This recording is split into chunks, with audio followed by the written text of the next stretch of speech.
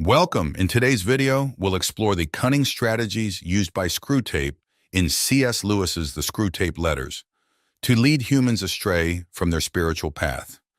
Discover how this veteran demon manipulates thoughts, emotions, and decisions to weaken faith. Let's get started. Letter 1. My dear Wormwood, I note what you say about guiding our patient's reading and ensuring he spends ample time with his materialist friend. But are you not being a tad naive? It seems as though you believe that argumentation is the way to keep him out of the enemy's grasp. That might have been effective if he lived a few centuries ago. During that time, humans still had a firm grasp on what was proven and what wasn't. And if something was proven, they genuinely believed it. They still associated thought with action and were willing to change their way of life based on reasoned argumentation. However, with the advent of the weekly press and other such influences, we have largely altered that dynamic. Your man has been accustomed, since childhood, to entertain a multitude of conflicting philosophies in his mind. He doesn't view doctrines as inherently true or false, but rather as academic or practical, outdated or modern, conventional or radical. Jargon, not argument, is your best tool in keeping him away from the church. Don't waste time trying to convince him that materialism is true. Convince him instead that it is strong or stark or courageous, that it represents the future of philosophy. That's what he cares about. The problem with argumentation is that it shifts the entire struggle onto the enemy's turf. He can argue too, whereas in the type of practical propaganda I am suggesting, he has been proven for centuries to be greatly inferior to our Father below. By engaging in argumentation, you awaken the patient's reason. And once it's awakened, who can predict the outcome? Even if a particular line of thought can be twisted in our favor, you'll find that you've reinforced in your patient the dangerous habit of focusing on universal issues and diverting his attention from immediate sensory experiences. Your goal is to fix his attention on the stream of daily life. Teach him to label it as real life and discourage him from questioning what he means by real. Remember, he's not like you, a pure spirit. Never having been human, oh, the detestable advantage of the enemy, you fail to realize how enslaved they are to the pressures of the mundane. I once had a patient, a staunch atheist, who frequented the British Museum. One day as he sat reading, I noticed his thoughts beginning to stray. The enemy, naturally, was at his side in an instant. Before I knew it, my 20 years of work were beginning to unravel. Had I panicked and tried to defend my position with arguments, I would have been defeated. But I wasn't so foolish. I immediately targeted the aspect of the man that I had the most control over and suggested that it was time for lunch. The enemy presumably countered with the suggestion, you know how one can never quite overhear what he says to them, that this matter was more pressing than lunch. At least, I believe that must have been his argument, for when I responded, exactly, in fact, far too important to address at the end of the morning, the patient visibly perked up. And by the time I added, much better to return after lunch with a fresh perspective, he was already halfway out the door. Once he hit the street, the battle was won. I showed him a newsboy shouting the noon edition and a number 73 bus passing by, and before he reached the bottom of the stairs, I had instilled in him an unshakable conviction that, regardless of the odd ideas that might come to a man's mind when he's alone with his books, a healthy dose of real life, by which he meant the bus and the newsboy, was enough to prove that all that sort of thing simply couldn't be true. He realized he'd narrowly escaped, and in later years he enjoyed discussing that inarticulate sense for actuality, which is our ultimate safeguard against the aberrations of mere logic.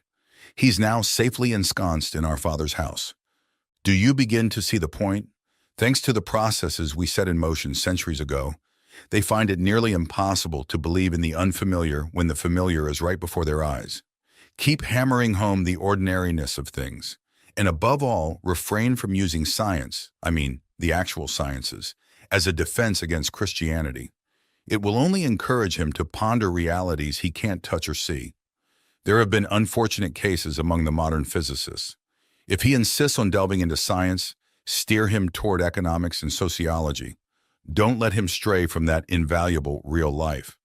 But the most effective approach is to prevent him from reading any science at all, and instead give him the impression that he's already familiar with it all, and that everything he's picked up from casual conversation and reading is the result of modern investigation. Remember, your task is to confuse him. Judging by the way some of you young fiends talk, one might think our job was to educate. The first letter in C.S. Lewis's discussion begins with the advice for the patient to spend time with a materialist friend, setting the stage for an exploration of materialism's challenges to Christian beliefs. This initial suggestion underpins Lewis's broader critique of modern cultural challenges to Christianity, emphasizing the foundational role of materialism in his arguments. He uses his subsequent works to illustrate various aspects of materialism's limitations and dangers. In Miracles, Lewis critiques materialism's inability to provide a rational foundation for reason, highlighting its philosophical inadequacies. In The Abolition of Man, he discusses the erosion of human dignity stemming from a materialistic disregard for beauty, suggesting a devaluation of non-materialistic qualities. In The Problem of Pain, Lewis argues that materialism fails to offer a satisfying explanation for pain or a comforting prospect, contrasting it with the spiritual hope offered by Christianity. From the outset of the Screwtape Letters, the titular character, Screwtape, dismisses the use of logical argument as a means to detract the patient from God, critiquing the modern reliance on utility over truth. Screwtape advises his pupil, Wormwood, to prioritize the appearance of strength and courage in materialism over its truthfulness, thus highlighting the strategic use of jargon over logical reasoning. Lewis contrasts this approach in his writings, showcasing his adeptness in argumentation and presenting a counter-narrative to the Enlightenment's claims. He posits that true reasoning necessitates a spiritual dimension, an insight that led him to Christianity after recognizing the insufficiency of rationalism and materialism in fully explaining the world. In the concluding remarks of the first letter, Screwtape reflects on the enduring skepticism towards the unfamiliar, a skepticism fostered by Enlightenment principles that prioritize tangible, measurable knowledge. This irony is not lost on Lewis, who points out that even scientific knowledge relies on the unprovable assumption of an orderly and reliable world. By having Screwtape caution against logic, Lewis confronts the cultural misconception that science and faith are inherently contradictory, advocating for a synthesis of faith and rational inquiry. Letter 2. My dear Wormwood, I note with grave displeasure that your patient has become a Christian. Do not entertain the hope that you will evade the usual penalties. Indeed, in your better moments, I trust you would hardly even wish to do so. In the interim, we must make the best of the situation. There is no need to despair. Hundreds of these adult converts have been reclaimed after a brief stint in the enemy's camp and are now with us. All the habits of the patient, both mental and physical, are still in our favor. One of our greatest allies at present is the church itself. Do not misunderstand me. I do not mean the church as we perceive her to be spread, but rather the church throughout all time and space, rooted in eternity, formidable as an army with banners. That, I confess, is a spectacle that unsettles even our boldest tempters. But fortunately, it remains entirely invisible to these humans. All your patient sees is the half-completed ersatz Gothic structure on the new development estate. Upon entering, he encounters the local grocer, with a rather oily expression, eager to offer him one shiny little book containing a liturgy neither of them understands, and one shabby little book containing corrupted texts of numerous religious lyrics, mostly inferior and in minuscule print. As he takes his seat and surveys his surroundings, he sees only the assortment of neighbors whom he had previously avoided. It is imperative that you exert substantial pressure on those neighbors. Keep his mind oscillating between the phrase, the body of Christ, and the actual countenances in the neighboring pew. It matters very little, of course, who actually occupies that neighboring pew. Even if you know one of them to be a formidable adversary on the enemy's side, it makes no difference. Your patient, thanks to our Father below, is a fool. Provided any of those neighbors sing off-key, have squeaky boots, possess double chins, or wear peculiar attire, the patient will readily conclude that their religion must therefore be absurd in some manner. At his current stage, you see, he envisions Christians in his mind as spiritual beings, although in reality, his perception is largely visual. His mind is inundated with images of togas, sandals, armor, and bare legs, and the mere fact that the other congregants wear contemporary clothing poses a genuine, albeit unconscious, challenge to him. Never allow this issue to surface. Never permit him to ponder what he expected them to resemble. Keep everything vague in his mind for now, and you will have all of eternity to amuse yourself by instilling in him the peculiar clarity that hell provides. Therefore, labor diligently on the disappointment or letdown that is undoubtedly imminent during the patient's initial weeks as a churchgoer. The enemy permits this disillusionment to occur at the onset of every human endeavor. It arises when the boy, enchanted by tales from the Odyssey in his nursery, endeavors to genuinely learn Greek. It arises when newlyweds, enamored with each other, embark on the arduous task of cohabitation. In every facet of life, it signifies the shift from idealistic aspirations to arduous endeavors. The enemy undertakes this risk because of his peculiar fancy to transform all these contemptible human pests into what he terms his free lovers and servants. Sons is the term he employs, demonstrating his penchant for degrading the entire spiritual realm through unnatural alliances with bipedal creatures. Desiring their autonomy, he consequently refuses to transport them, through their mere affections and habits, to any of the objectives he sets before them. He leaves them to their own devices, and therein lies our opportunity. However, remember, therein also lies our peril. If they successfully navigate this initial dry spell, they become much less susceptible to emotional manipulation and, consequently, much more resistant to temptation. Until now, I have been assuming that the individuals in the neighboring pew present no rational grounds for disappointment. However, if they do, if the patient is aware that the woman with the absurd hat is a zealous bridge player, or that the man with the squeaky boots is a miser and extortionist, then your task becomes significantly easier. In such cases, all you need to do is prevent him from entertaining the question, if I, being what I am, can consider myself in some sense a Christian, why should the various vices of those individuals in the neighboring pew prove that their religion is mere hypocrisy and convention? You may wonder whether it is possible to prevent such an obvious thought from occurring to a human mind. It is indeed, Wormwood, it is. Handle him correctly, and it will never even cross his mind. He has not been in the enemy's service long enough to possess any genuine humility. Whatever he says, even when on his knees regarding his own sinfulness, is merely parroting. Ultimately, he still believes that by allowing himself to be converted, he has accrued considerable favor in the enemy's ledger, and views attending church with these smug, ordinary neighbors as an act of great humility and condescension. Maintain him in this state of mind for as long as possible. In the second letter of C.S. Lewis's The Screwtape Letters, the narrative progresses as the patient, previously at risk of converting to Christianity, has now embraced the faith. Screwtape, however, remains undeterred, reminding his fellow demons that many adult converts return to their old ways after a brief stint with Christianity. There is no need to despair. Hundreds of these adult converts have been reclaimed after a brief sojourn in the enemy's camp and are now with us. Lewis uses this development to delve into the concept of Christian conversion as more than just a momentary decision but a lifelong journey. Contrary to some theological views that regard accepting Christ as a one-time decision guaranteeing a place in heaven, Lewis emphasizes the ongoing nature of spiritual growth and struggle. He argues that conversion marks the beginning of a process of sanctification, a continuous battle against sin and a commitment to spiritual discipline that does not end until one reaches heaven. Screwtape's letters provide a dual perspective on the church. On one hand, Screwtape describes the church in disparaging terms, as a place filled with social misfits and uninspiring rituals, which mirrors Lewis's own mixed feelings about his experiences with the Anglican Church. He describes his local parish as a sham Gothic erection on the new building estate, and criticizes the quality of the liturgical texts in hymns. Despite his criticisms, Lewis remained a committed churchgoer, attending services at Heading Quarry and participating in the daily prayers at Magdalen College, Oxford.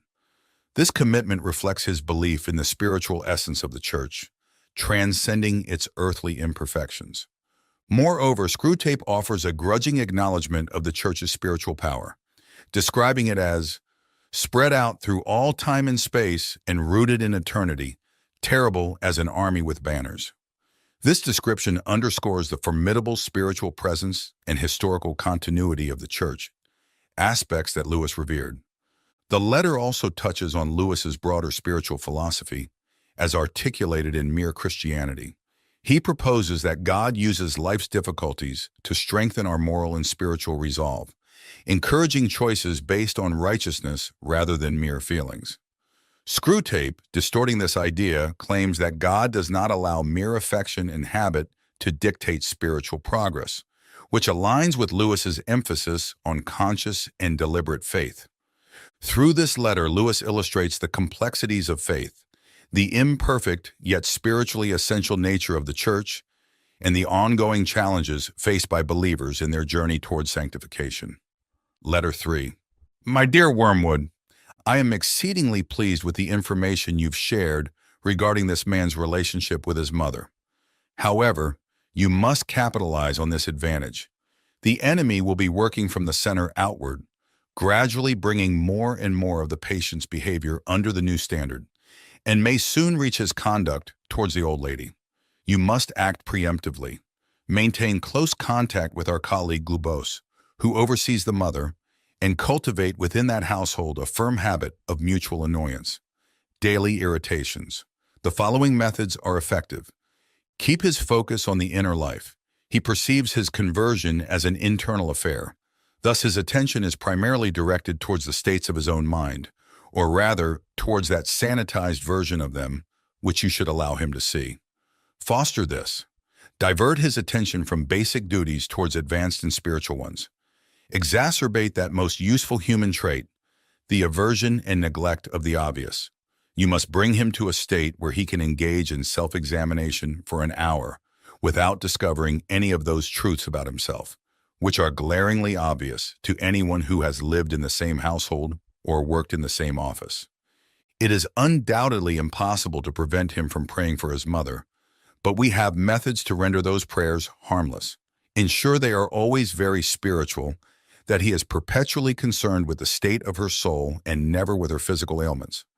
This serves two purposes.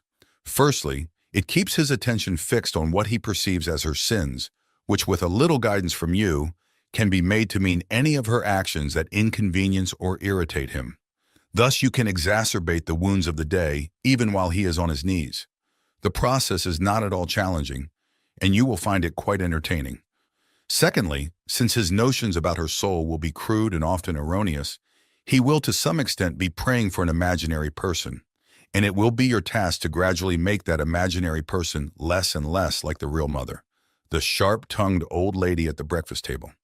In due time, you may create such a divide that no thoughts or feelings from his prayers for the imagined mother will ever influence his treatment of the real one.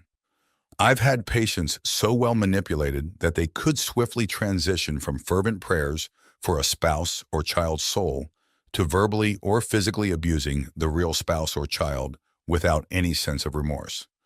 After living together for many years, two humans often develop tones of voice and facial expressions that are nearly unbearable to each other. Exploit this. Make your patient acutely aware of that specific lift of his mother's eyebrows that he detested in his childhood, and encourage him to dwell on how much he despises it. Let him assume that she knows how aggravating it is and does it deliberately to annoy him. If you're proficient at your job, he won't notice the enormous improbability of this assumption. And naturally, never let him suspect that he also has tones and expressions that similarly irritate her. As he cannot perceive himself, this is easily managed. In civilized life, domestic animosity often manifests in innocuous-sounding remarks that, when delivered in a particular tone or context, feel like a blow to the face. To perpetuate this dynamic, you and Glubose must ensure that each of these two individuals holds a sort of double standard.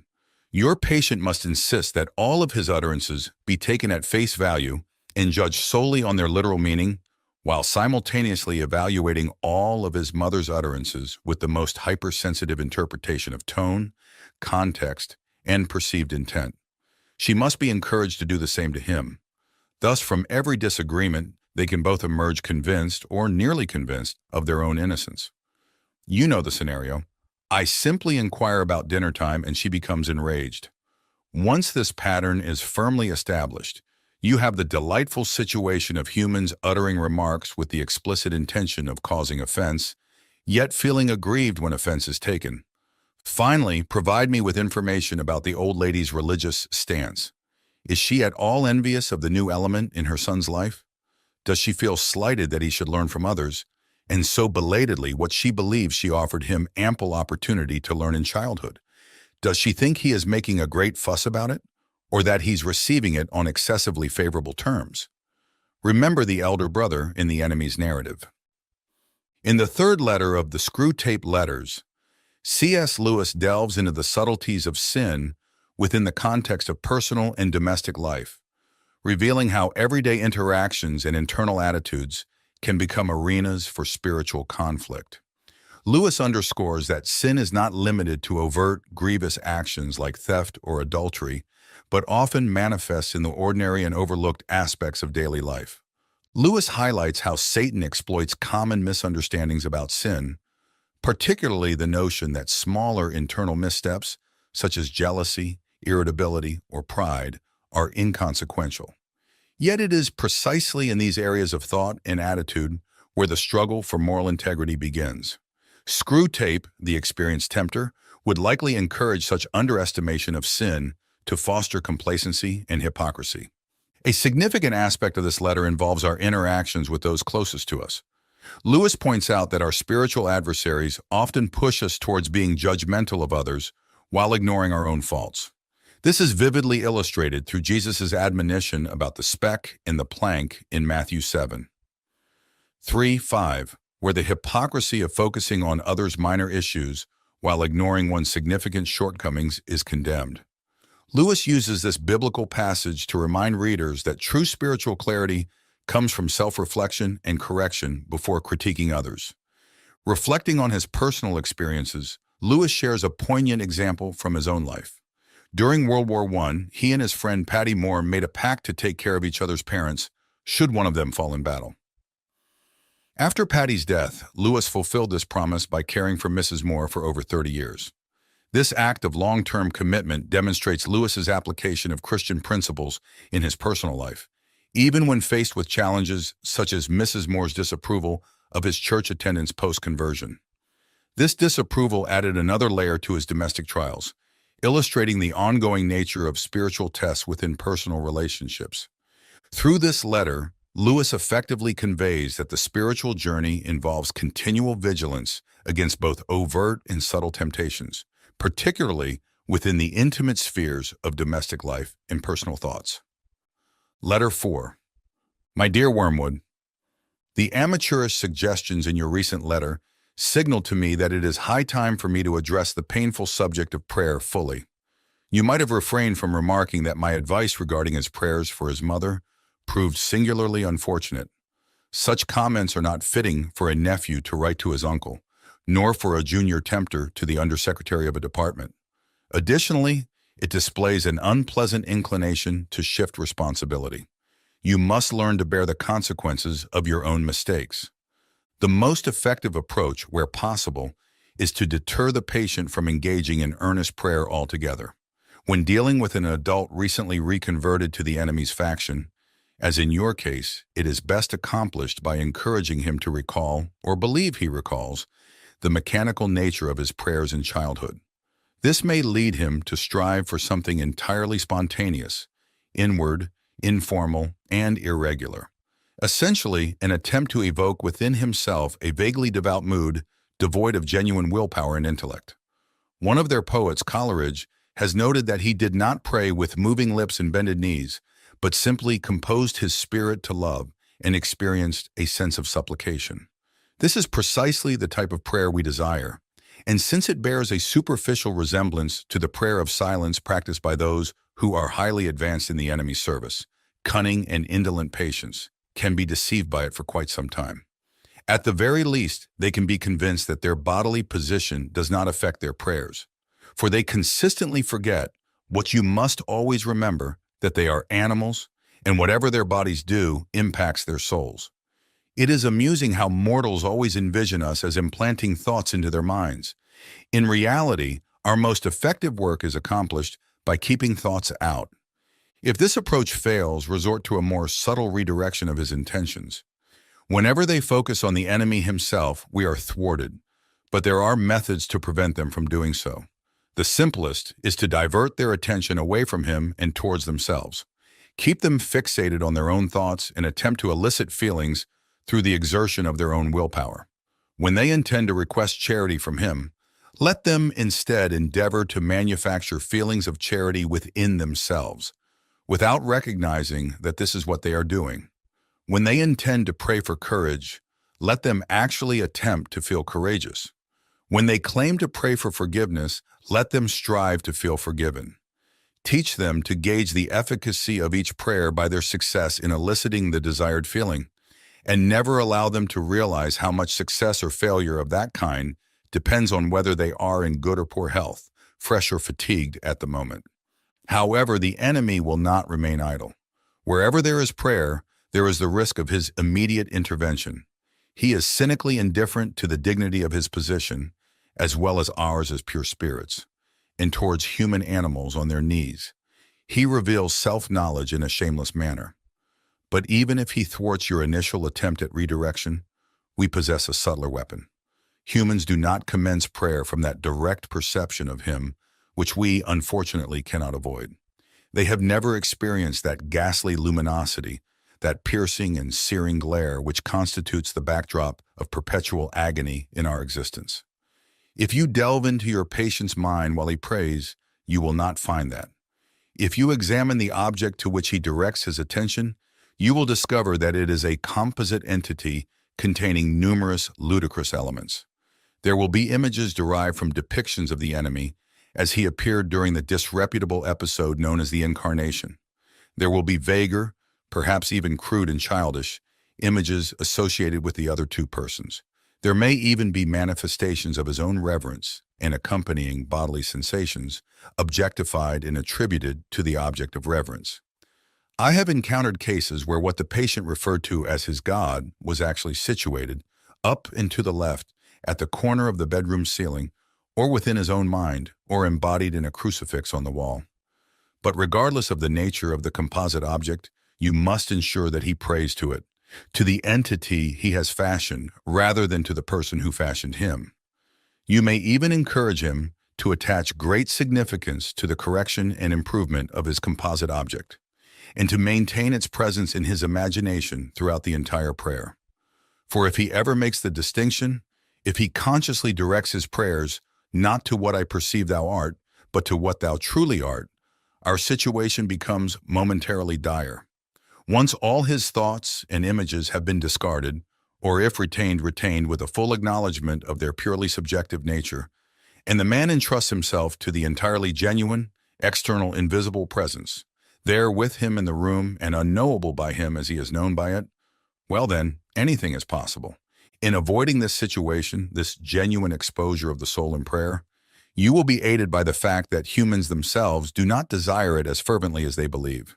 Sometimes one can receive more than they bargained for. In the fourth letter of the Screw Tape Letters, C.S. Lewis tackles the complexities of prayer and the pitfalls of emotional and mental distractions in spiritual practices. He critiques the reliance on achieving a prayerful mood or an emotionally driven devotional state, which he views as vulnerable to demonic misdirection.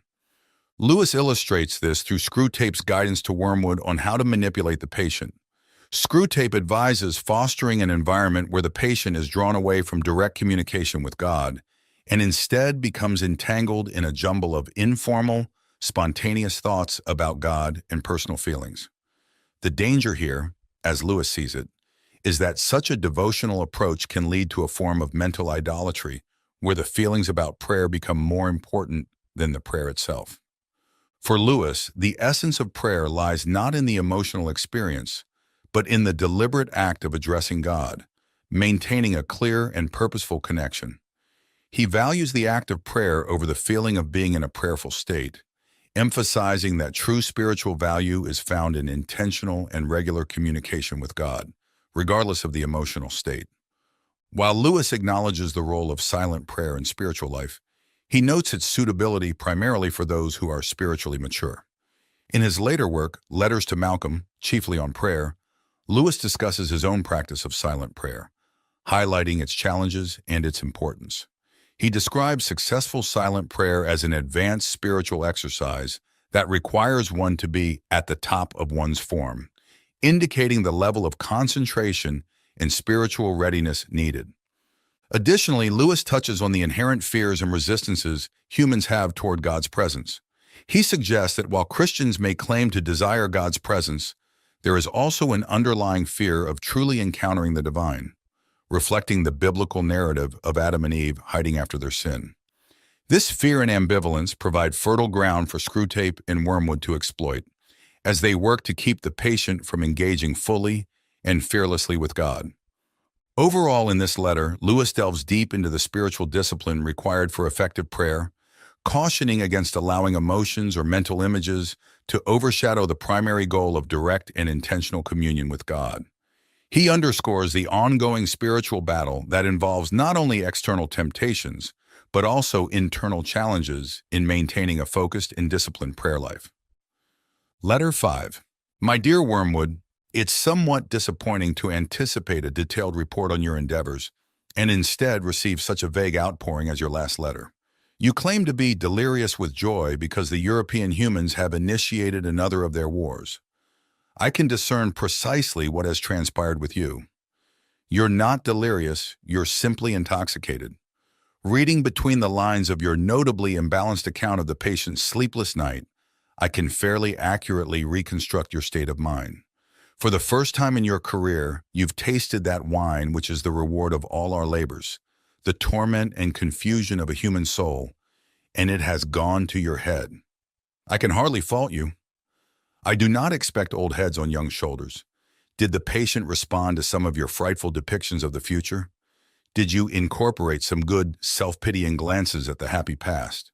Did you elicit some fine thrills in the pit of his stomach? You played your violin skillfully, didn't you?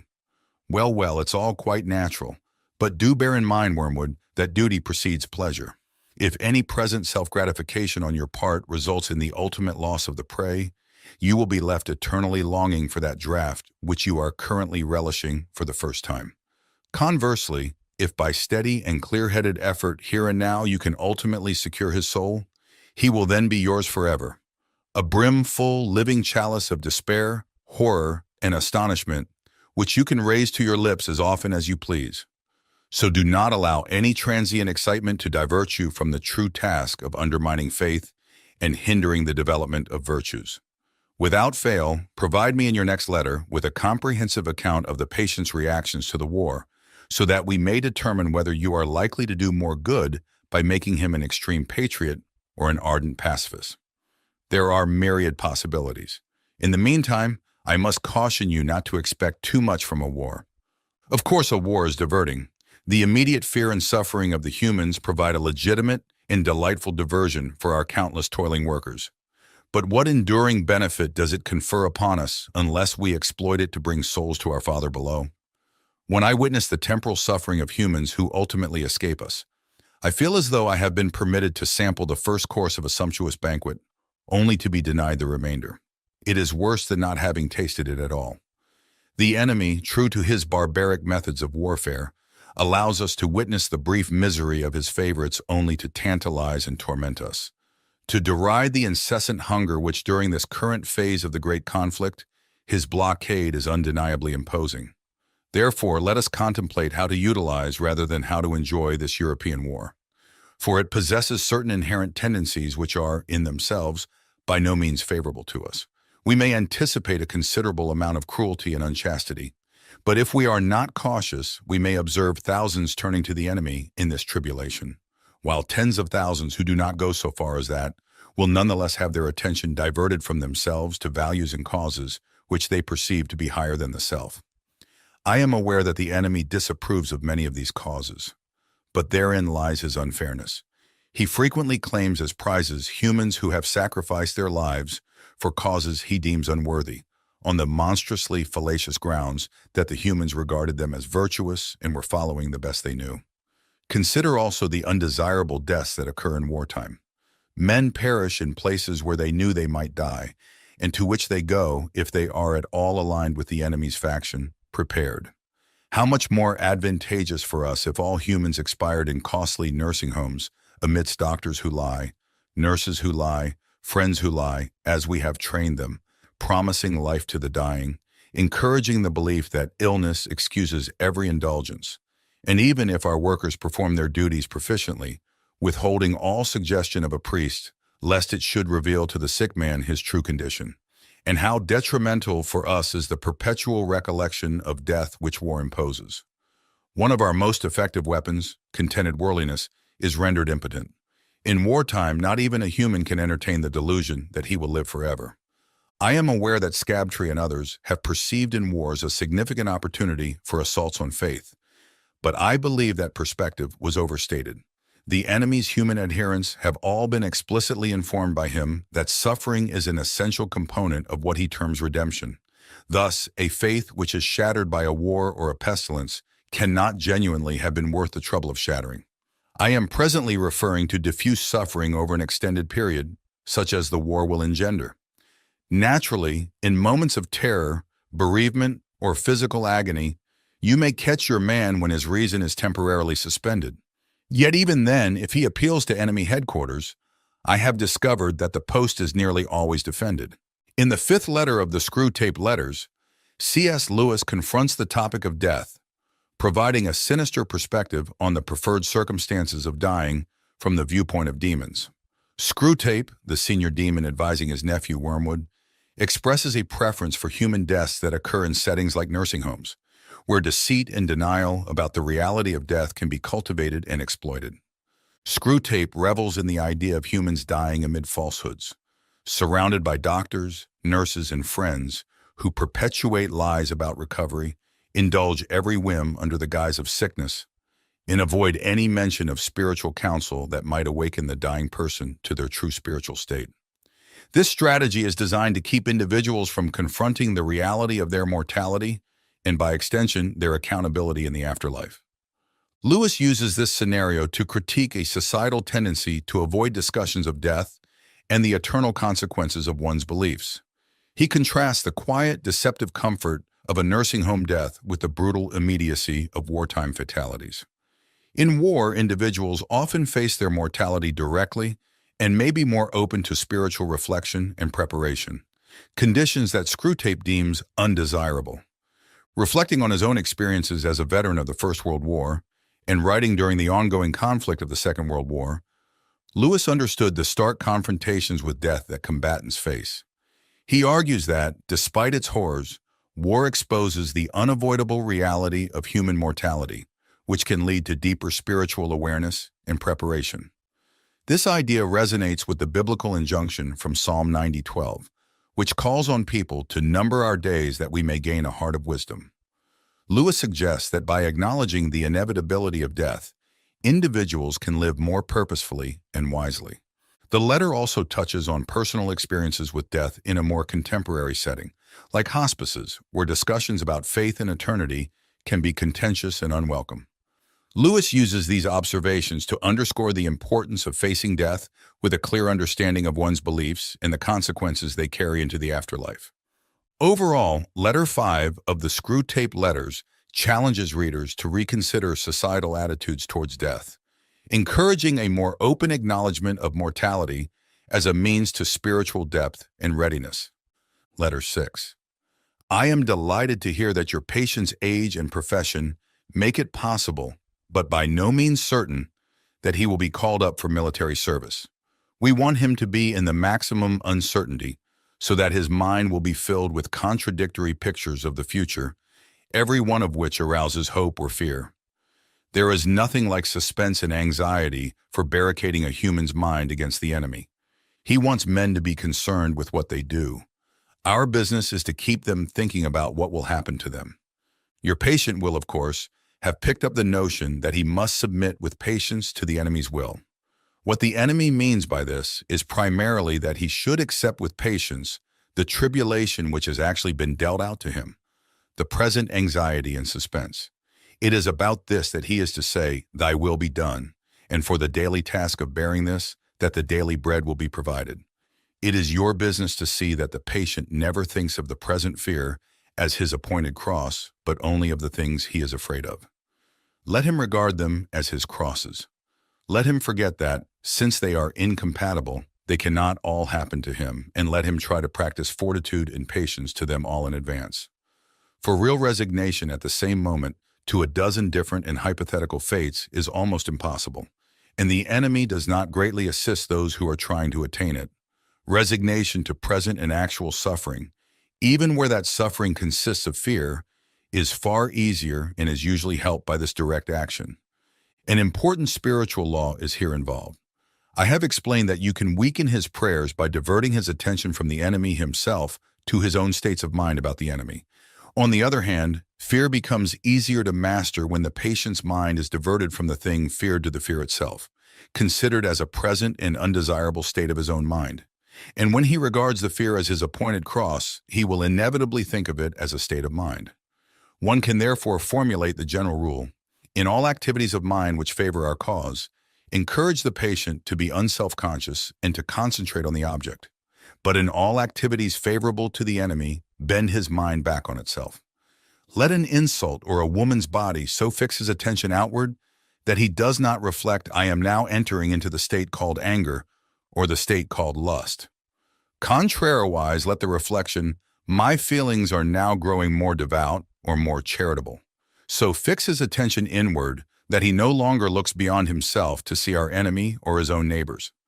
As regards his more general attitude to the war, you must not rely too much on those feelings of hatred which the humans are so fond of discussing in Christian or anti-Christian periodicals.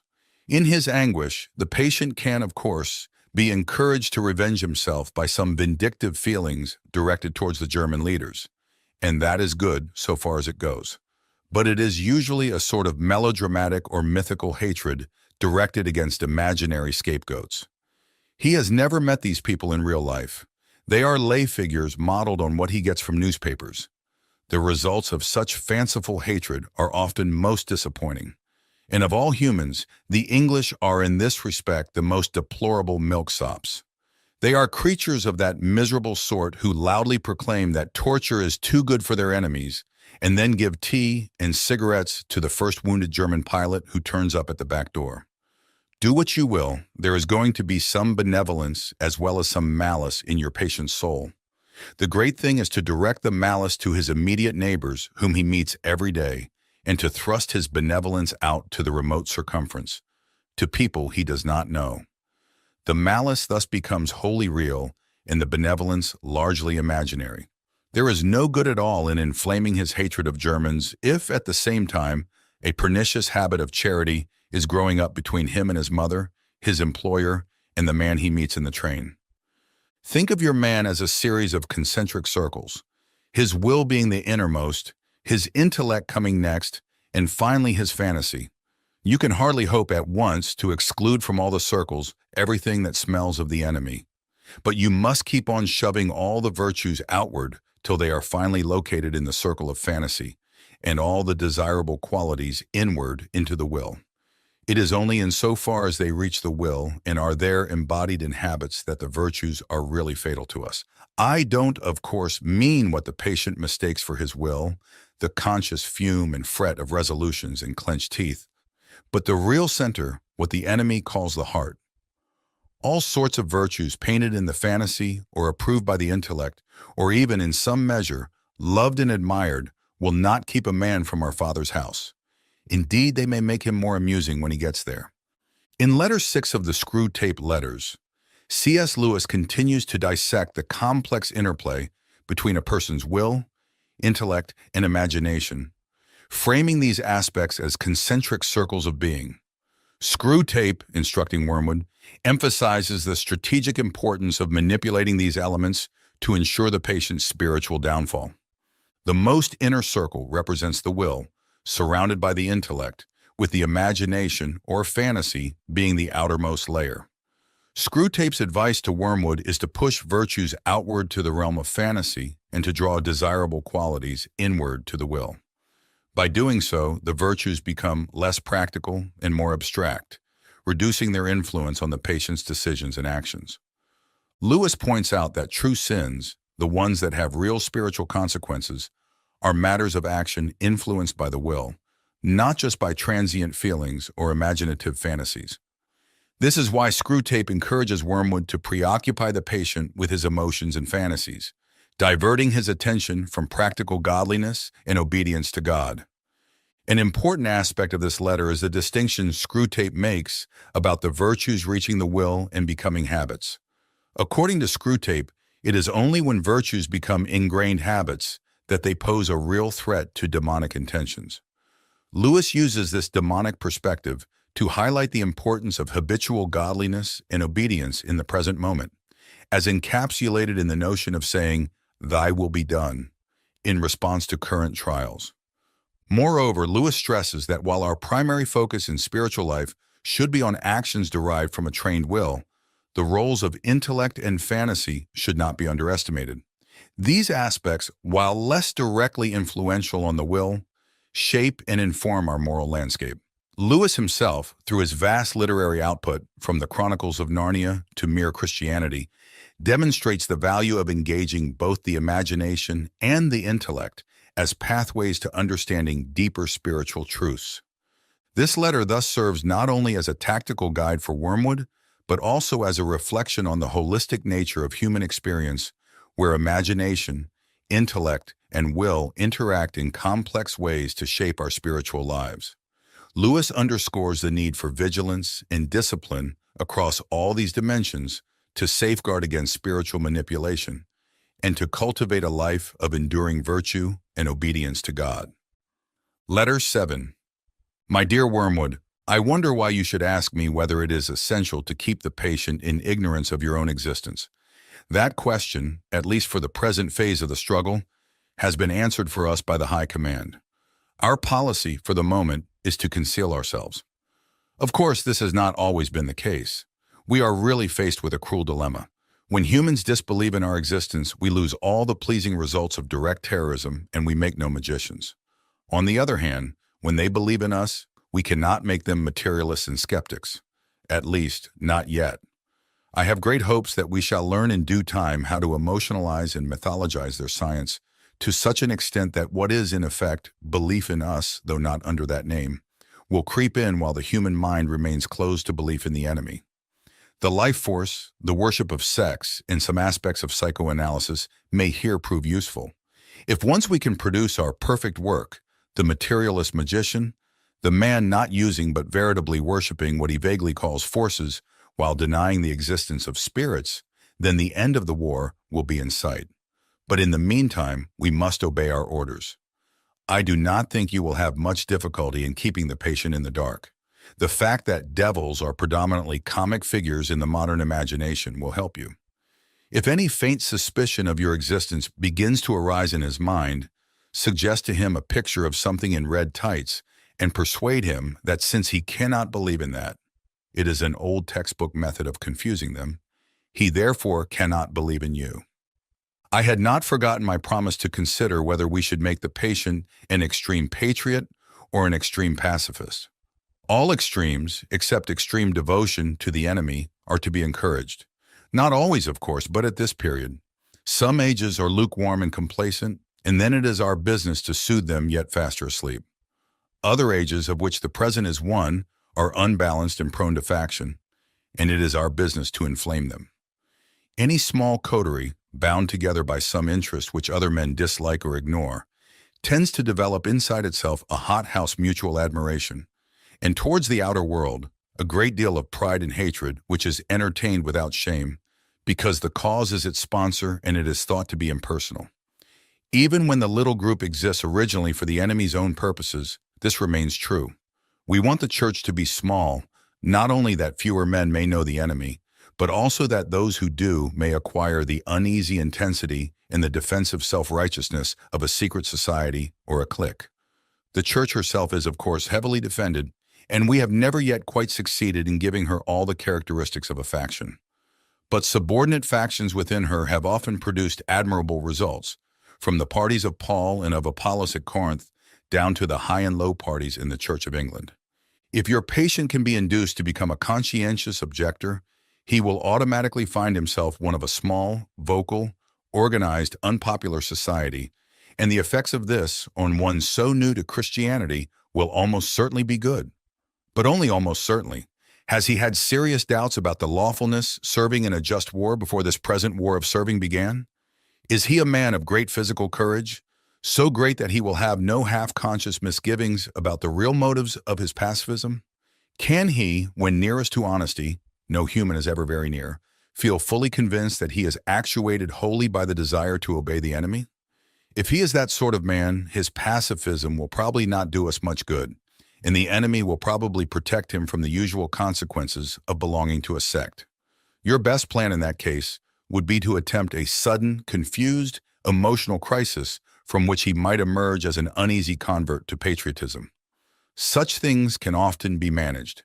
But if he is the man I take him to be, try pacifism. Whichever he adopts, your main task will be the same. Let him begin by treating the patriotism or the pacifism as a part of his religion.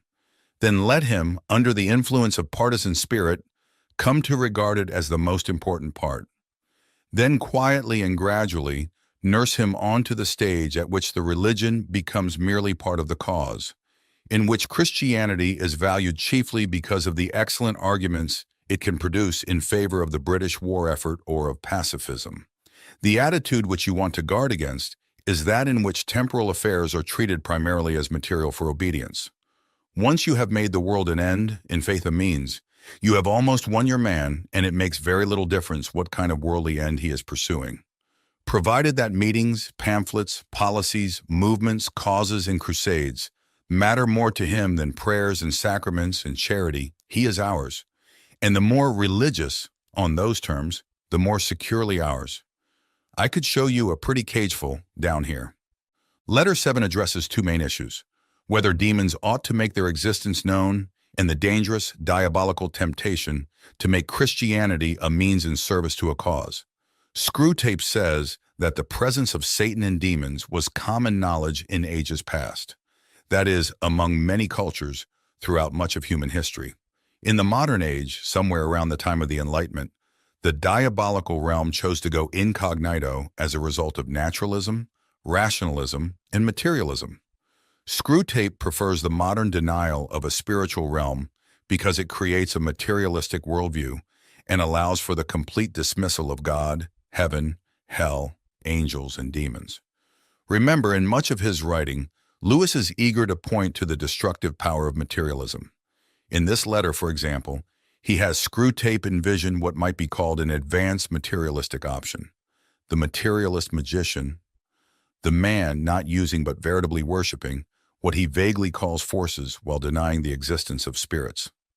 In addition to obscuring the spiritual and accentuating the material, a favorite diabolical strategy is to turn Christianity into a means to some end other than God. The subject under discussion in this letter is patriotism during World War II and whether the patient should be encouraged to be a patriot or a pacifist. Whichever he adopts, your main task will be the same. Let him begin by treating the patriotism or the pacifism as a part of his religion. Then let him, under the influence of partisan spirit, come to regard it as the most important part. Then quietly and gradually nurse him onto the stage at which the religion becomes merely part of the cause, in which Christianity is valued chiefly because of the excellent arguments it can produce in favor of the British war effort or of pacifism. The contemporary version of this strategy reveals itself in the discussion of the current moral temperature of the United States. The argument goes that the use of drugs, the decline of the family, the rise of crime, etc., means that what we really need is a spiritual revival, which is true. And here is the diabolical nature of the argument. The true goal and end of a revival, the surrender to the lordship of Christ and participation in the community of Christ, is subverted into a desire to make America a good place in which to live. It is indisputable that the fruit of conversion produces good citizens and a good society. However, good citizens and a good society are never the goals of conversion. When that happens, a heavenly spiritual goal becomes merely a means of attaining an earthly social goal. As Screwtape says, once you have made the world an end and faith a means, you have almost won your man. There is another diabolical strategy mentioned in this letter that is worth pointing out: the push to extremes. Screwtape says, all extremes, except extreme devotion to the enemy, are to be encouraged, especially when the present age is unbalanced and prone to faction, and it is our business to inflame them. Letter 8. My dear Wormwood, so you have great hopes that the patient's religious phase is dying away, have you? I always thought the training college had gone to pieces since they put old Slubgob at the head of it. And now I am sure. Has no one ever told you about the law of undulation? Humans are amphibians, half spirit and half animal. The enemy's determination to produce such a revolting hybrid was one of the things that determined our Father to withdraw his support from him. As spirits, they belong to the eternal world, but as animals, they inhabit time.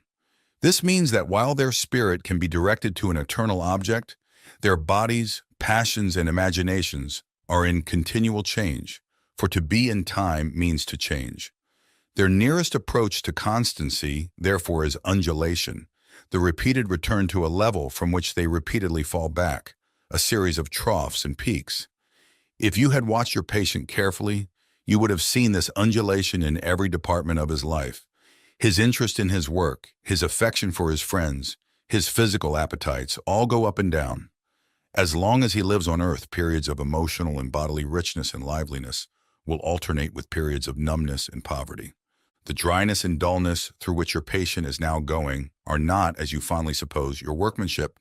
They are merely a natural phenomenon which will do us no good unless you make good use of it. To decide what the best use of it is, you must ask what use the enemy wants to make of it, and then do the opposite. Now, it may surprise you to learn that in his efforts to get permanent possession of a soul, he relies on the troughs even more than on the peaks. Some of his special favorites have gone through longer and deeper troughs than anyone else. The reason is this: to us, a human is primarily good. Our aim is the absorption of its will into ours, the increase of our own area of selfhood at its expense. But the obedience which the enemy demands of men is quite a different thing. One must face the fact that all the talk about his love for men and his service being perfect freedom is not, as one would gladly believe, mere propaganda, but an appalling truth. He really does want to fill the universe with a lot of loathsome little replicas of himself, creatures whose life, on its miniature scale, will be qualitatively like his own. Not because he has absorbed them, but because their wills freely conform to his. We want cattle who can finally become food. He wants servants who can finally become sons. We want to suck in. He wants to give out. We are empty and would be filled. He is full and flows over. Our war aim is a world in which our Father below has drawn all other beings into himself. The enemy wants a world full of beings united to him, but still distinct. And that is where the troughs come in. You must have often wondered why the enemy does not make more use of his power to be sensibly present to human souls in any degree he chooses and at any moment. But you now see that the irresistible and the indisputable are the two weapons which the very nature of his scheme forbids him to use. Merely to override a human will, as his felt presence in any but the faintest and most mitigated degree would certainly do, would be for him useless. He cannot ravish. He can only woo. For his ignoble idea is to eat the cake and have it. The creatures are to be one with him, but yet themselves. Merely to cancel them or assimilate them will not serve. He is prepared to do a little overriding at the beginning. He will set them off with communications of his presence which, though faint, seem great to them with emotional sweetness, an easy conquest over temptation. But he never allows this state of affairs to last long. Sooner or later he withdraws, if not in fact, at least from their conscious experience, all those supports and incentives. He leaves the creature to stand up on its own legs, to carry out from the will alone duties which have lost all relish. It is during such trough periods, much more than during the peak periods, that it is growing into the sort of creature he wants it to be. Hence the prayers offered in the state of dryness are those which please him best. We can drag our patients along by continual tempting because we design them only for the table, and the more their will is interfered with, the better. He cannot tempt to virtue as we do to vice. He wants them to learn to walk and must therefore take away his hand. And if only the will to walk is really there, he is pleased even with their stumbles. Do not be deceived, Wormwood. Our cause is never more in danger than when a human, no longer desiring but intending to do our enemy's will, looks round upon a universe from which every trace of him seems to have vanished, and asks why he has been forsaken and still obeys. But of course, the troughs afford opportunities to our side also. Next week, I will give you some hints on how to exploit them. In letter 7, Screwtape encourages thinking in extremes for Wormwood's patient. In letter 8, he encourages taking advantage of the ups and downs in life. Everyone notices in the course of their spiritual journey that there are emotional phases that vary greatly from one another. One well-known phase is the honeymoon that often follows a teenage or even adult conversion. The sense of release, forgiveness, in the presence of God feels almost intoxicating. Eventually, though, the honeymoon phase gives way to something else, sometimes called the desert phase, one in which there is no sense of the presence of God at all, and the Christian life becomes monotonous. After Mother Teresa of Calcutta died, her personal diary revealed that she had experienced years of such dryness. Lewis is frequently thought of as a great apologist, clearly explaining and defending Christianity. He was also a great spiritual guide. He received thousands of letters from people asking for his advice on how to live the Christian life. He made a commitment to answer every single letter, spending an hour or two each day corresponding with people he had never met, but who had read something he had written and who were looking for spiritual insight and encouragement. Those letters have been compiled and published in books such as Letters to an American Lady, C.S. Lewis, Letters to Children, and Yours, Jack. In letter 8, Lewis, through Screwtape, provides wonderful spiritual guidance for living the normal, mature Christian life. It is normal to experience ups and downs. This is due to what Lewis has Screwtape called the law of undulation. If you had watched your patient carefully, you would have seen this undulation in every department of his life. His interest in his work, his affection for his friends, his physical appetites all go up and down.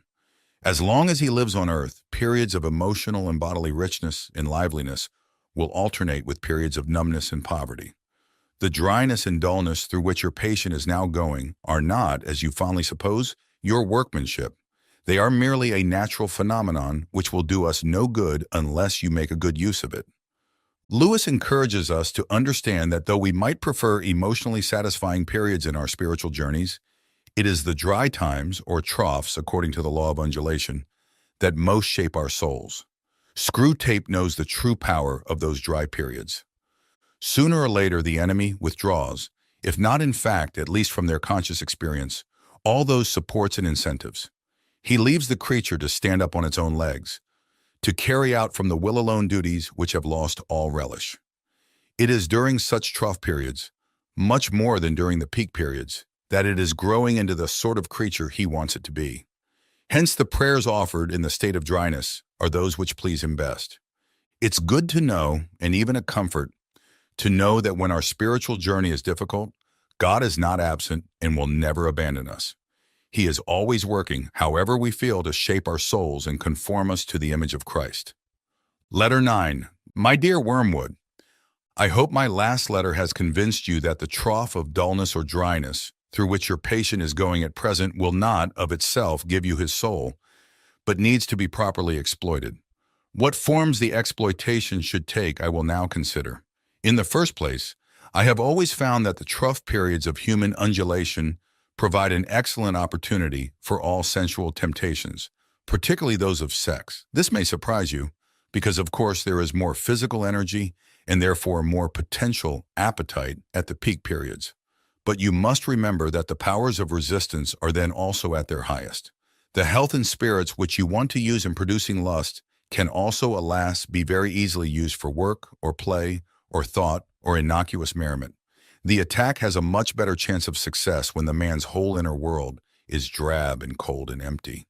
And it is also to be noted that the trough sexuality is subtly different in quality from that of the peak, much less likely to lead to the milk and water phenomenon, which the humans call being in love, much more easily drawn into perversions, much less contaminated by those generous and imaginative and even spiritual concomitants which often render human sexuality so disappointing. It is the same with other desires of the flesh. You are much more likely to make your man a sound drunkard by pressing drink on him as an anodyne when he is dull and weary, than by encouraging him to use it as a means of merriment among his friends when he is happy and expansive. Never forget that when we are dealing with any pleasure in its healthy and normal and satisfying form, we are, in a sense, on the enemy's ground. I know we have won many a soul through pleasure.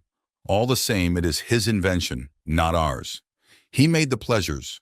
All our research so far has not enabled us to produce one. All we can do is to encourage the humans to take the pleasures which our enemy has produced, at times, or in ways, or in degrees, which he has forbidden.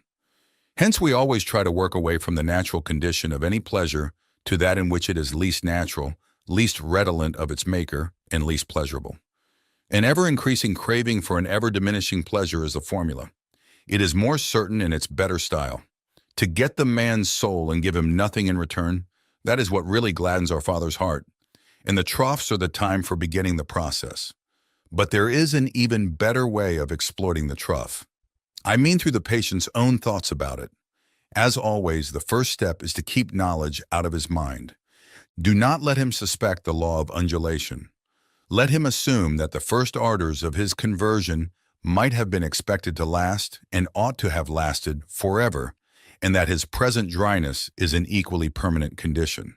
Having once got this misconception well fixed in his head, you may then proceed in various ways. It all depends on whether your man is of the desponding type who can be tempted to despair, or of the wishful thinking type who can be assured that all is well. The former type is getting rare among the humans. If your patient should happen to belong to it, everything is easy. You have only got to keep him out of the way of experienced Christians, an easy task nowadays, to direct his attention to the appropriate passages in Scripture, and then to set him to work on the desperate design of recovering his old feelings by sheer willpower, and the game is ours.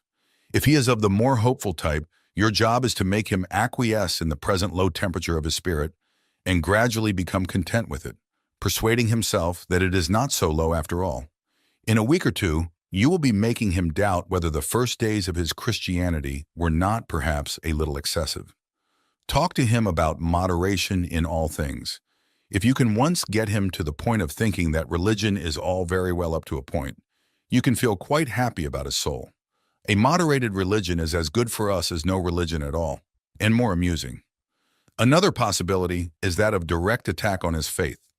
When you have caused him to assume that the trough is permanent, can you not persuade him that his religious phase is just going to die away, like all his previous phases?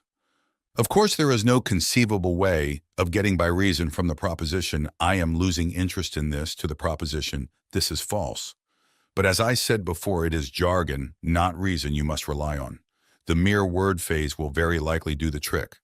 I assume that the creature has been through several of them before. They all have, and that he always feels superior and patronizing to the ones he has emerged from, not because he has really criticized them, but simply because they are in the past. You keep him well fed on hazy ideas of progress and development, and the historical point of view, I trust, and give him lots of modern biographies to read. The people in them are always emerging from phases, aren't they? You see the idea? Keep his mind off the plain antithesis between true and false. Nice shadowy expressions. It was a phase, I've been through all that. And don't forget the blessed word adolescent. In letter 9, Lewis, through Screw Tape, continues as a spiritual guide, helping us navigate life's spiritual phases. On one hand, he makes it clear that the demons want to encourage extremes, for us to either be really up or really down, according to the law of undulation. Each phase and the temperament of each patient can be exploited by the demons. When we are up, we are vulnerable to lust and inappropriate expressions of sensual pleasure. When we are down, we are in danger of discouragement and even giving up on the faith. However, the attack has a much better chance of success when the man's whole inner world is drab and cold and empty. On the other hand, while extremes, from the tempter's perspective, are to be encouraged, the tempter advocates moderation as well, a very special type of moderation. Talk to him about moderation in all things. If you can once get him to the point of thinking that religion is all very well up to a point, you can feel quite happy about his soul. A moderated religion is as good for us as no religion at all, and more amusing. The demons are adept at twisting things. Life's ups and downs clearly make us targets for temptation or the loss of faith. But even moderation can be used to make us spiritually dull. Jesus even warns against it, telling the church at Laodicea that because they were lukewarm, neither hot nor cold, he was about to spit them out of his mouth. Reverend 3:16. Another issue to be considered involves pleasure. While the demons tempt us with pleasure, Wormwood must never forget that when we are dealing with any pleasure in its healthy and normal and satisfying form, we are, in a sense, on the enemy's ground. I know we have won many a soul through pleasure. All the same, it is his invention, not ours. He made the pleasures. All our research so far has not enabled us to produce one. All we can do is to encourage the humans to take the pleasures which our enemy has produced, at times, or in ways, or in degrees, which he has forbidden. After Mrs. Moore died in 1951, Lewis was delivered from a life burden and found his life to be rather pleasant and easygoing. During that period, he wrote to a friend saying, "Pray for me." He knew that there were temptations and spiritual dangers, even in the best of times. Letter 10. My dear Wormwood, I was delighted to hear from Triptweeze that your patient has made some very desirable new acquaintances, and that you seem to have used this event in a really promising manner. I gather that the middle-aged married couple who called at his office are just the sort of people we want him to know. Rich, smart, superficially intellectual, and brightly skeptical about everything in the world. I gather they are even vaguely pacifist, not on moral grounds, but from an ingrained habit of belittling anything that concerns the great mass of their fellow men, and from a dash of purely fashionable and literary communism. This is excellent, and you seem to have made good use of all his social, sexual, and intellectual vanity. Tell me more. Did he commit himself deeply? I don't mean in words. There is a subtle play of looks and tones and laughs by which a mortal can imply that he is of the same party as those to whom he is speaking. That is the kind of betrayal you should specially encourage, because the man does not fully realize it himself, and by the time he does, you will have made withdrawal difficult. No doubt he must very soon realize that his own faith is in direct opposition to the assumptions on which all the conversation of his new friends is based. I don't think that matters much, provided that you can persuade him to postpone any open acknowledgement of the fact, and this with the aid of shame, pride, modesty, and vanity will be easy to do. As long as the postponement lasts, he will be in a false position. He will be silent when he ought to speak and laugh when he ought to be silent. He will assume, at first only by his manner, but presently by his words, all sorts of cynical and skeptical attitudes, which are not really his. But if you play him well, they may become his. All mortals tend to turn into the thing they are pretending to be. This is elementary. The real question is how to prepare for the enemy's counterattack. The first thing is to delay as long as possible the moment at which he realizes this new pleasure as a temptation. Since the enemy's servants have been preaching about the world as one of the great standard temptations for 2,000 years, this might seem difficult to do. But fortunately, they have said very little about it for the last few decades. In modern Christian writings, though I see much, indeed more than I like, about Mammon, I see few of the old warnings about worldly vanities, the choice of friends, and the value of time. All that your patient would probably classify as Puritanism. And may I remark in passing that the value we have given to that word is one of the really solid triumphs of the last 100 years. By it, we rescue annually thousands of humans from temperance, chastity, and sobriety of life. Sooner or later, however, the real nature of his new friends must become clear to him, and then your tactics must depend on the patient's intelligence. If he is a big enough fool, you can get him to realize the character of the friends only while they are absent. Their presence can be made to sweep away all criticism. If this succeeds, he can be induced to live, as I have known many humans live, for quite long periods, two parallel lives. He will not only appear to be, but actually be, a different man in each of the circles he frequents. Failing this, there is a subtler and more entertaining method. He can be made to take a positive pleasure in the perception that the two sides of his life are inconsistent. This is done by exploiting his vanity. He can be taught to enjoy kneeling beside the grocer on Sunday just because he remembers that the grocer could not possibly understand the urbane and mocking world which he inhabited on Saturday evening. And contrariwise, to enjoy the bawdy and blasphemy over coffee with these admirable friends, all the more because he is aware of a deeper spiritual world within him which they cannot understand. You see the idea. The worldly friends touch him on one side and the grocer on the other, and he is the complete, balanced, complex man who sees round them all. Thus, while being permanently treacherous to at least two sets of people, he will feel, instead of shame, a continual undercurrent of self-satisfaction. Finally, if all else fails, you can persuade him, in defiance of conscience, to continue the new acquaintance on the ground that he is, in some unspecified way, doing these people good by the mere fact of drinking their cocktails and laughing at their jokes, and that to cease to do so would be priggish, intolerant, and, of course, puritanical. Meanwhile, you will of course take the obvious precaution of seeing that this new development induces him to spend more than he can afford and to neglect his work and his mother. Her jealousy and alarm and his increasing evasiveness or rudeness will be invaluable for the aggravation of the domestic tension. Letter 10 explores a new dimension of spiritual warfare: social relationships. The patient has just been introduced to a new social set, just the sort of people that PBS and British TV love to show as the Oxford-Cambridge set of the 1940s and 50s, privileged, upper-class, intellectual snobs who love to use cutting, snide humor. Screwtape describes them as rich, smart, superficially intellectual, and brightly skeptical about everything in the world. I gather they are even vaguely pacifist, not on moral grounds, but from an ingrained habit of belittling anything that concerns the great mass of their fellow men, and from a dash of purely fashionable and literary communism. The very arrogant attitude of such people is infectious and corrupting. The danger is social pressure, the desire to be approved of by the in-crowd, which leads to adopting attitudes and actions that are ungodly and therefore diabolical. Added to the spiritual danger is hypocrisy, in which the patient acts one way with his snobby friends and another way when he is around the Christian community. Screwtape explains this to Wormwood. You see the idea. The worldly friends touch him on one side and the grocer on the other, and he is the complete, balanced, complex man who sees round them all. Thus, while being permanently treacherous to at least two sets of people, he will feel, instead of shame, a continual undercurrent of self-satisfaction. This theme of dangerous and destructive social pressure is one that Lewis addresses on several occasions. His essay entitled The Inner Ring, for example, sounds the alarm against social pressure. Unless you take measures to prevent it, this desire is going to be one of the chief motives of your life, from the first day on which you enter your profession until the day you are too old to care.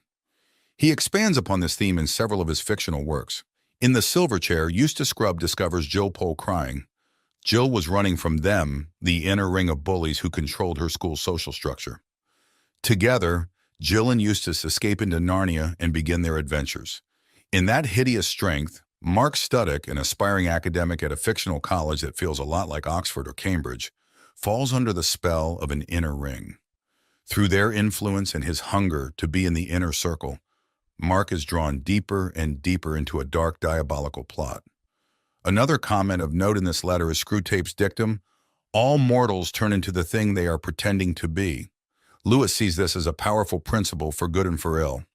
In Mere Christianity, he suggests that those of us who desire to grow spiritually, even if we don't feel very holy or righteous, should pretend that we are anyway, for if we do this, eventually our play acting will become a reality. Lewis explains, do not waste time bothering whether you love your neighbor. Act as if you did. As soon as we do this, we find one of the great secrets. When you are behaving as if you love someone, you will presently come to love him. If you injure someone you dislike, you will find yourself disliking him more. Lewis here is functioning as our spiritual guide. Again, he wants us to know that choosing to do what is right, whether we feel like it or not, shapes our souls in ways that are conforming us to the image of Christ. Christ. Christ. Christ. Christ. Christ, Christ, Christ, Christ. Preached originally as a sermon in the Church of St. Mary the Virgin, Oxford, on June 8, 1942. If you asked 20 good men today what they thought the highest of the virtues, 19 of them would reply, unselfishness. But if you asked almost any of the great Christians of old, he would have replied, love. You see what has happened. A negative term has been substituted for a positive, and this is of more than philological importance. The negative ideal of unselfishness carries with it the suggestion not primarily of securing good things for others, but of going without them ourselves, as if our abstinence and not their happiness was the important point. I do not think this is the Christian virtue of love. The New Testament has lots to say about self-denial, but not about self-denial as an end in itself. We are told to deny ourselves and to take up our crosses in order that we may follow Christ. And nearly every description of what we shall ultimately find if we do so contains an appeal to desire. If there lurks in most modern minds the notion that to desire our own good and earnestly to hope for the enjoyment of it is a bad thing, I submit that this notion has crept in from Kant and the Stoics and is no part of the Christian faith. Indeed, if we consider the unblushing promises of reward and the staggering nature of the rewards promised in the Gospels, it would seem that our Lord finds our desires not too strong, but too weak. We are half-hearted creatures, fooling about with drink and sex and ambition when infinite joy is offered us, like an ignorant child who wants to go on making mud pies in a slum because he cannot imagine what is meant by the offer of a holiday at the sea. We are far too easily pleased. We must not be troubled by unbelievers when they say that this promise of reward makes the Christian life a mercenary affair. There are different kinds of rewards. There is the reward which has no natural connection with the things you do to earn it, and is quite foreign to the desires that ought to accompany those things. Money is not the natural reward of love. That is why we call a man mercenary, if he marries a woman for the sake of her money. But marriage is the proper reward for a real lover, and he is not mercenary for desiring it. A general who fights well in order to get a peerage is mercenary. A general who fights for victory is not, victory being the proper reward of battle, as marriage is the proper reward of love. The proper rewards are not simply tacked on to the activity for which they are given, but are the activity itself in consummation. There is also a third case, which is more complicated. An enjoyment of Greek poetry is certainly a proper, and not a mercenary, reward for learning Greek. But only those who have reached the stage of enjoying Greek poetry can tell from their own experience that this is so. The schoolboy beginning Greek grammar cannot look forward to his adult enjoyment of Sophocles as a lover looks forward to marriage or a general to victory. He has to begin by working for marks, or to escape punishment, or to please his parents, or at best in the hope of a future good, which he cannot at present imagine or desire. His position, therefore, bears a certain resemblance to that of the mercenary. The reward he is going to get will, in actual fact, be a natural or proper reward, but he will not know that till he has got it. Of course, he gets it gradually. Enjoyment creeps in upon the mere drudgery, and nobody could point to a day or an hour when the one ceased and the other began. But it is just in so far as he approaches the reward that he becomes able to desire it for its own sake. Indeed, the power of so desiring it is itself a preliminary reward.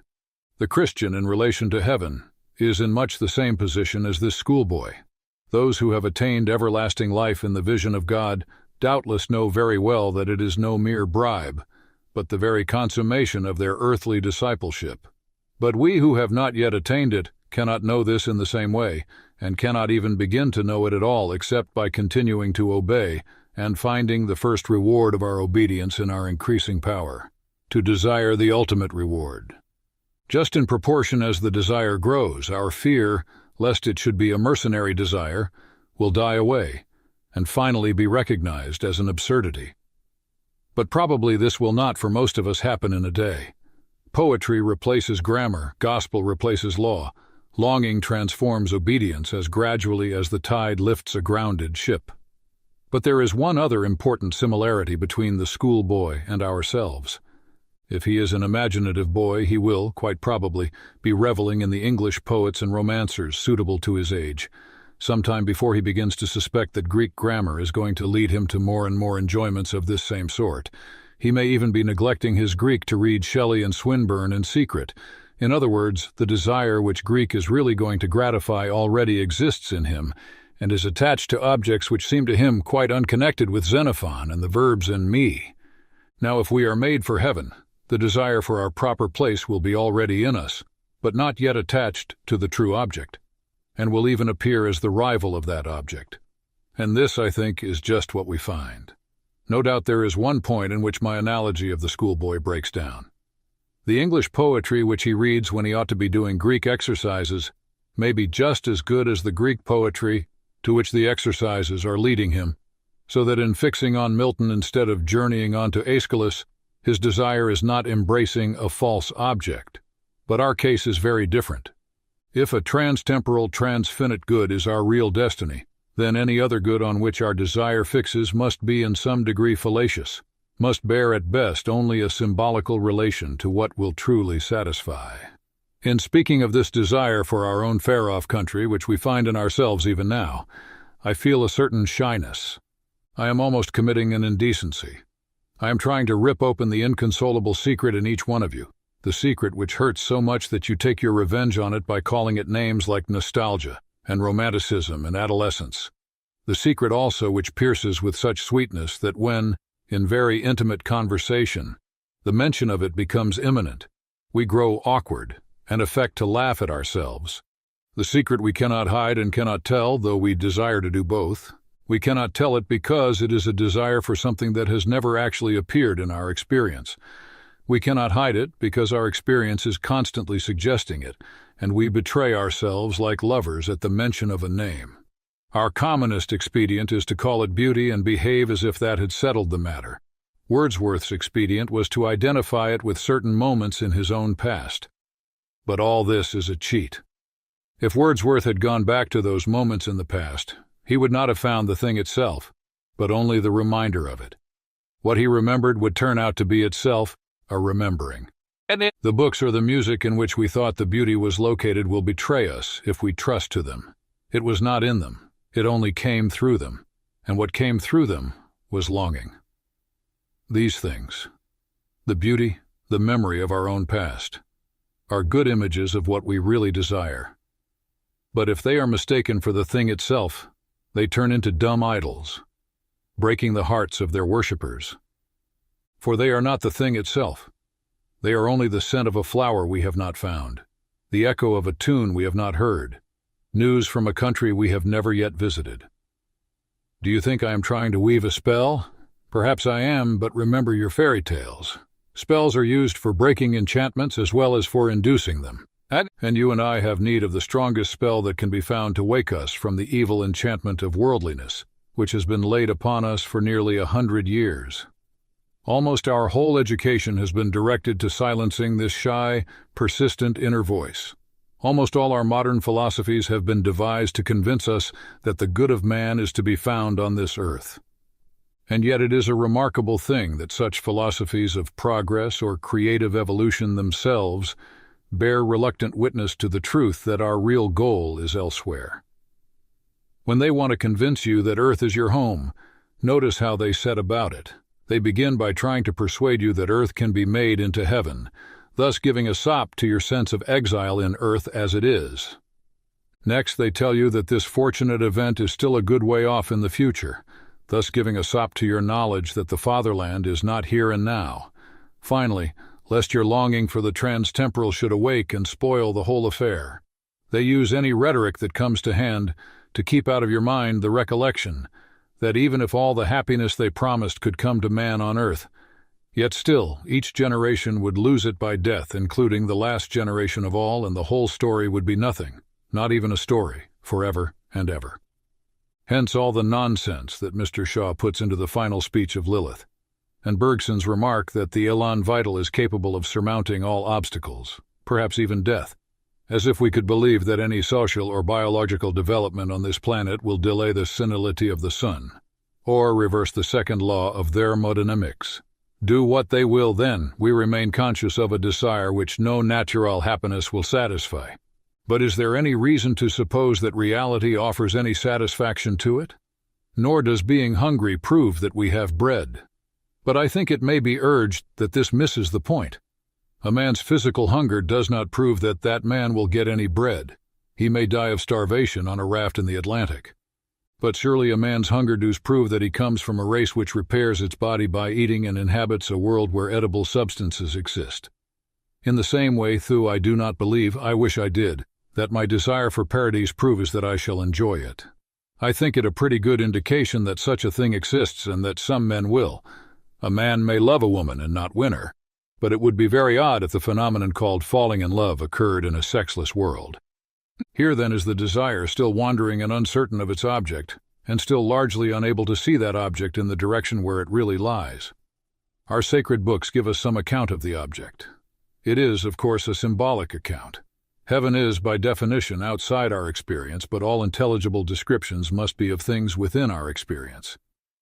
The scriptural picture of heaven is therefore just as symbolical as the picture which our desire, unaided, invents for itself.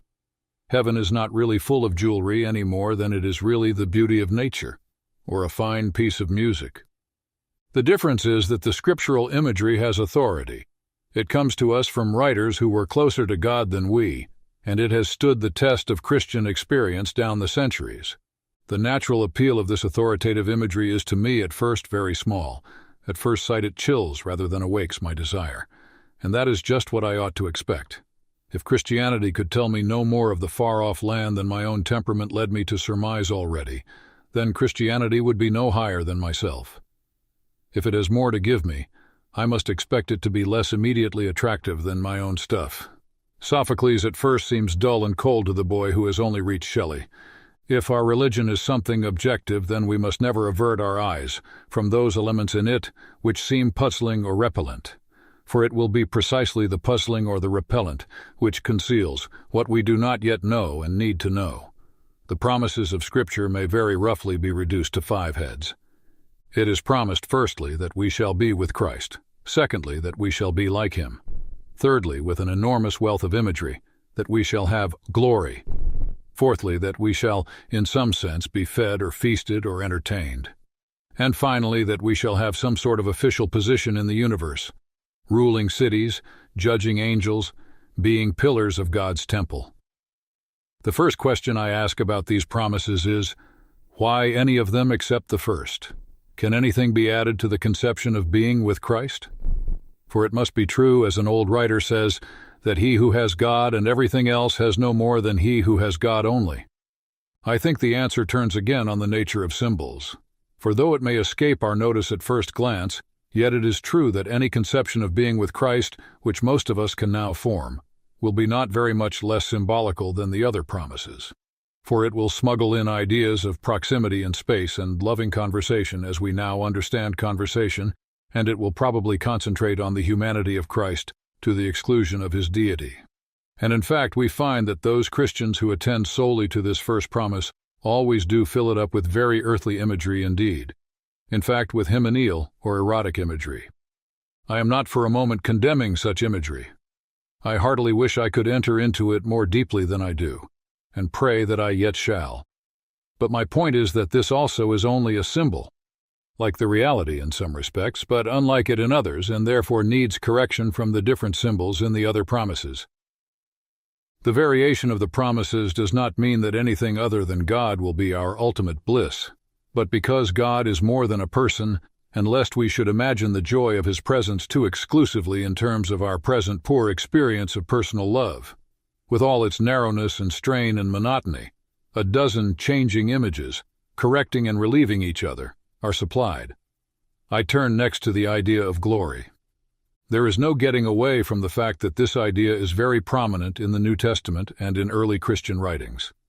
Salvation is constantly associated with palms, crowns, white robes, thrones, and splendor like the sun and stars. All this makes no immediate appeal to me at all, and in that respect I fancy I am a typical modern. Glory suggests 2 ideas to me, of which one seems wicked and the other ridiculous. Either glory means to me fame or it means luminosity. As for the first, since to be famous means to be better known than other people, the desire for fame appears to me as a competitive passion and therefore of hell, rather than heaven. As for the second, who wishes to become a kind of living electric light bulb?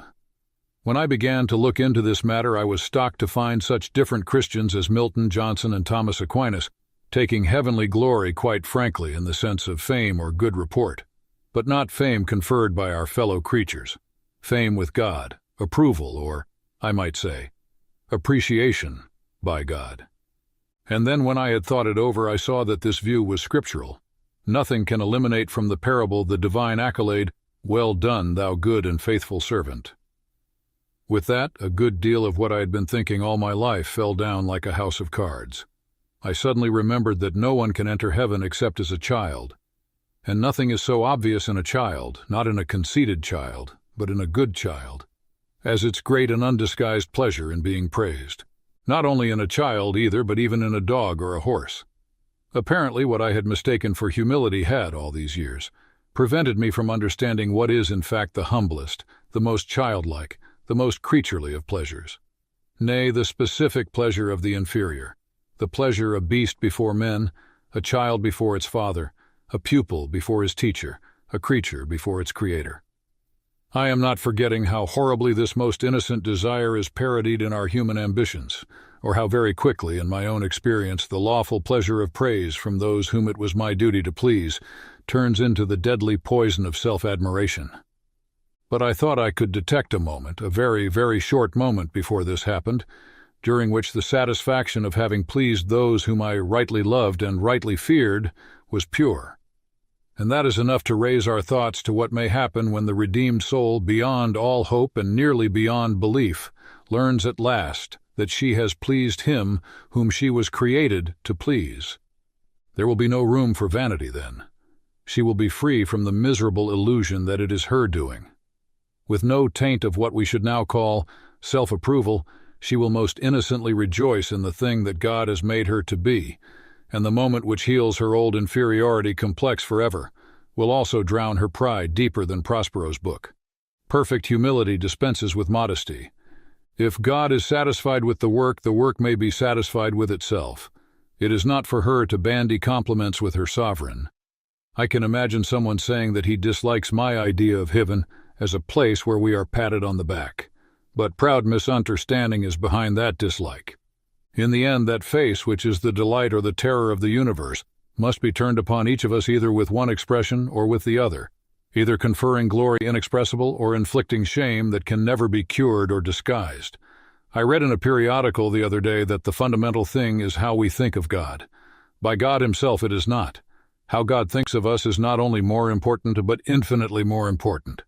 Indeed, how we think of him is of no importance except in so far as it is related to how he thinks of us.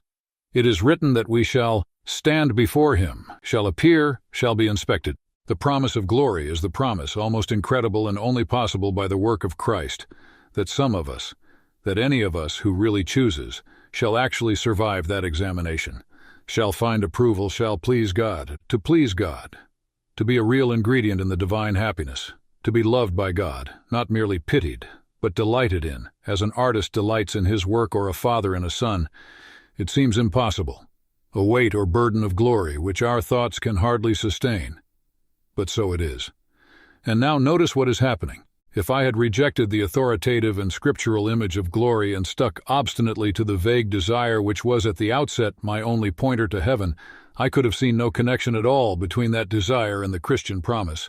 But now, having followed up what seemed puzzling and repellent in the sacred books, I find, to my great surprise, looking back, that the connection is perfectly clear. Glory, as Christianity teaches me to hope for it, turns out to satisfy my original desire, and indeed to reveal an element in that desire which I had not noticed. By ceasing for a moment to consider my own wants, I have begun to learn better what I really wanted. When I attempted, a few minutes ago, to describe our spiritual longings, I was omitting one of their most curious characteristics.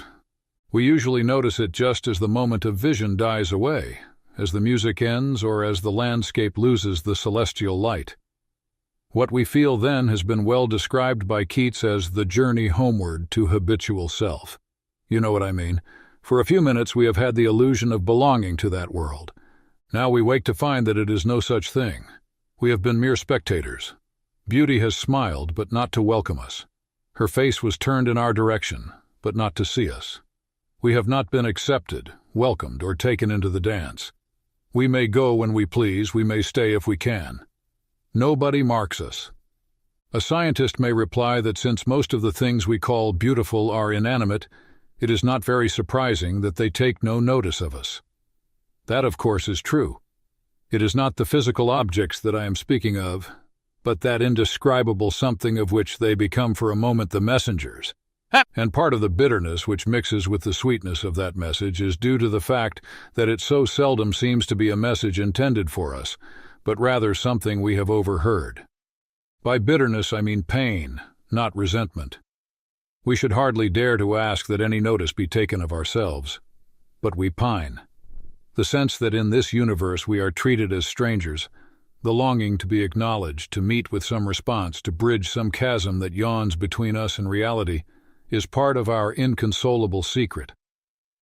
And surely, from this point of view, the promise of glory, in the sense described, becomes highly relevant to our deep desire. For glory meant good report with God, acceptance by God, response, acknowledgement, and welcome into the heart of things.